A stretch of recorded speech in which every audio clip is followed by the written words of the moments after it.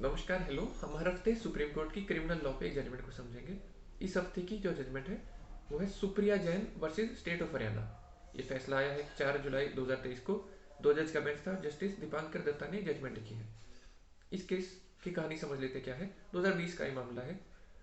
थानेसर एक जगह है कुरुक्षेत्र हरियाणा में, वहाँ का ये मामला है।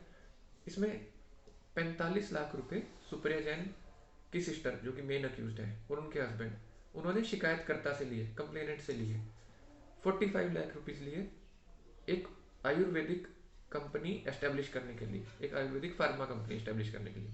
तो उसी की पूरी धोखाधड़ी का आरोप है। ये लोग जो आरोपी हैं पहले हाईकोर्ट गए हैं क्वेश करवाने के लिए। क्वेश मतलब रद्द करवाना। हाईकोर्ट ने नहीं सुनी, फिर सुप्रीम कोर्ट आए हैं। अब सुप्रीम कोर्ट ने क्या फैसला किया, और सुप्रीम कोर्ट ने केस रद्द करने से मना कर दिया, केस क्वेश नहीं किया।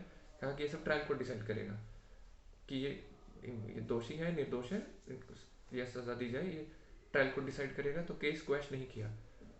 अब जो आरोप लगे हैं उनमें से एक, केस फिर भी क्यों समझना जरूरी है, उन आरोपों में से एक आरोप है सेक्शन 180 आईपीसी का। 180 आईपीसी होता है रिफ्यूजिंग टू साइन।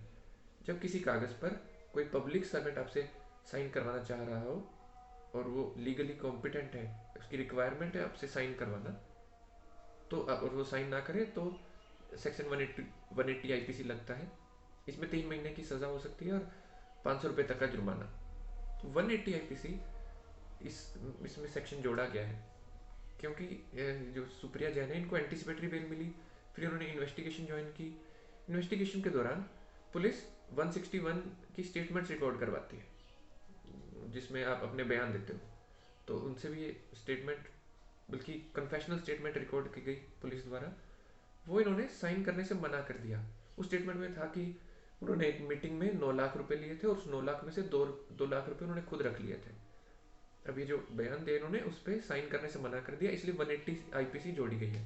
अब सुप्रीम कोर्ट ने समझाया कि सेक्शन 162 सीआरपीसी का, उसमें कहा गया है कि साइन करने, आपको जो 161 के बयान होते हैं उस पर साइन नहीं करने होते, वो साइन करने ज़रूरी नहीं है।